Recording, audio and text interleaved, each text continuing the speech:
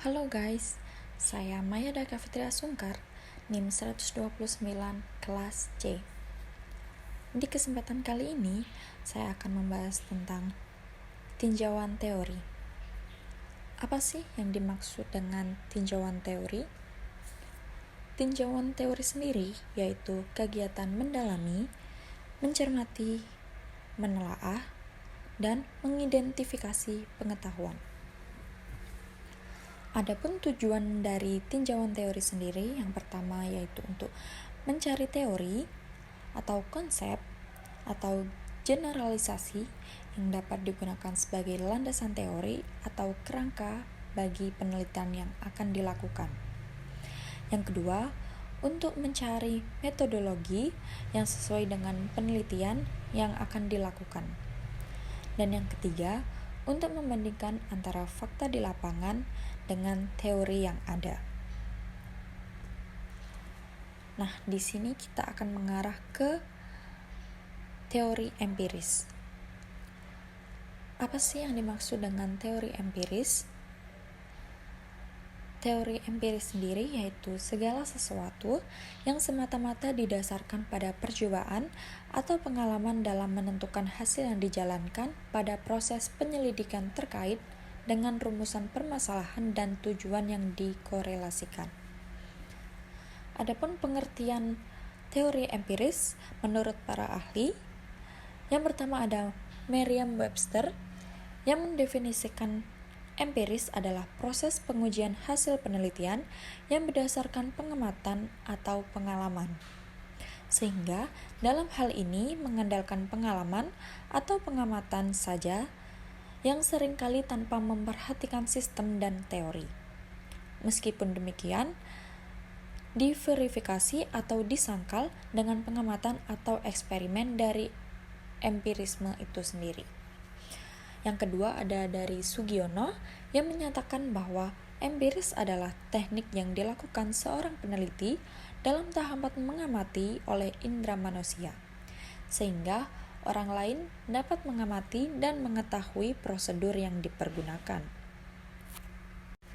Oke, yaitu yang selanjutnya tentang tahapan empiris dalam penelitian.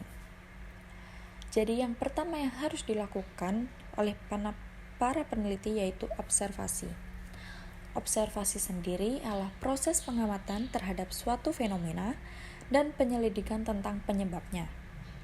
Yang kedua yaitu induksi. Induksi ini adalah perumusan hipotesis sebagai penjelasan umum untuk fenomena tersebut. Yang ketiga ada deduksi, ialah perumusan eksperimen yang akan menguji hipotesis atau mengkonfirmasikannya jika benar atau menyangkalnya jika salah. Untuk yang keempat yaitu pengujian. Pengujian menjadi prosedur di mana hipotesis penelitian diuji dan jenis data penelitian dikumpulkan. Dan yang terakhir ada evaluasi. Evaluasi menjadi tahapan interpretasi data dan perumusan teori melalui argumen abduktif yang menyajikan hasil eksperimen sebagai penjelasan paling masuk akal untuk fenomena tersebut. Nah, kita lanjut ke pembahasan selanjutnya yaitu tentang kerangka berpikir dalam penelitian. Kerangka berpikir sendiri yaitu suatu dasar pemikiran yang mencakup penggabungan antara teori, fakta, observasi, serta kajian pustaka yang nantinya dijadikan landasan dalam melakukan menulis karya tulis ilmiah atau penelitian. Dikarenakan menjadi dasar, maka kerangka berpikir ini dibuat ketika akan memaparkan konsep-konsep dari penelitian. Kerangka pemikiran ini juga biasa disebut sebagai visualisasi dalam bentuk bagan yang saling terhubung. Dengan bagan tersebut, dikatakan bahwa kerangka berpikir adalah suatu alur logika yang berjalan di dalam suatu penelitian. Sedangkan pengertian kerangka berpikir menurut para ahli, yang pertama ada Sugiono yang mengatakan bahwa kerangka berpikir adalah suatu model konseptual yang digunakan sebagai landasan teori yang terkait dengan faktor-faktor dalam penelitian. Yang kedua ada Sabto Haryoko yang mengatakan bahwa kerangka berpikir adalah suatu penelitian yang menggunakan dua variabel atau lebih dalam prakteknya. Sehingga kerangka berpikir itu berisi mengenai variabel-variabel yang akan dibahas di dalam penelitian. Oke, kita lanjut ke materi perumusan hipotesis. Hipotesis sendiri yaitu dugaan, kesimpulan sementara, atau kesimpulan awal.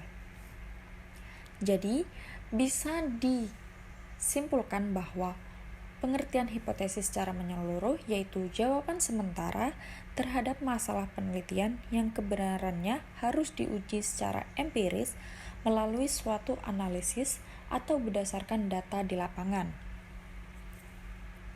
Atau juga bisa kesimpulan yang sifatnya masih bersifat sementara dan perlu diuji secara empiris melalui suatu analisis berdasarkan data di lapangan.